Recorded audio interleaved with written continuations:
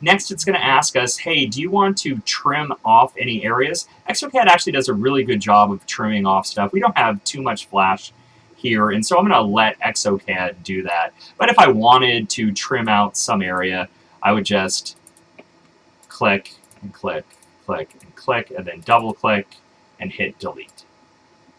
And it would cut that off.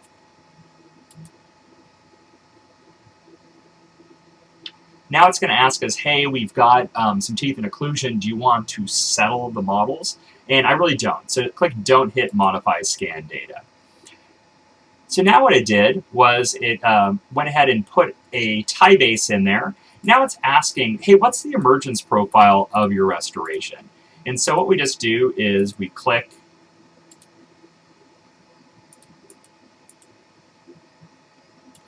Sorry, I messed that up, so let me go ahead and clear that. Single click around here and mark out the emergence profile. And that will sort of tell it what to make the base of the crown and what to cut away for the gingival mask. When we hit next, it's going to give us an option of what we want to have removable. In this case, we don't really need any removable dies, so we'll skip that.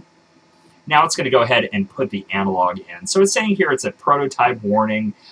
This has not been fully tested, but it works great, so let's just do it.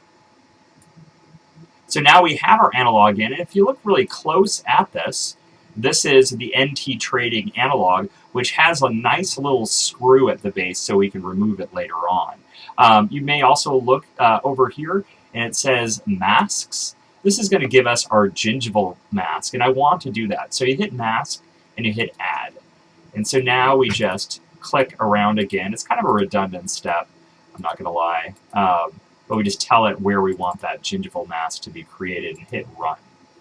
Now what it's going to do is put the base on our model and give us a separate STL file that we can print with Nextant gingival mask resin. And so it's thinking.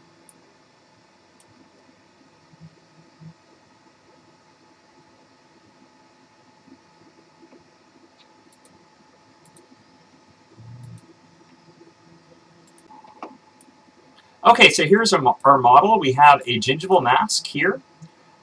We have a, let's see if I can move this around. It's not really playing nice with me today. Let's see if we can flip that over. Here we can now see underneath. And so we're all good. We'll hit next.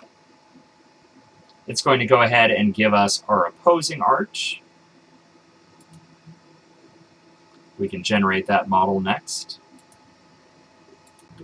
Okay, so now we have our model. We can turn off our actual antagonist scan and take a look here. So it's kind of messy.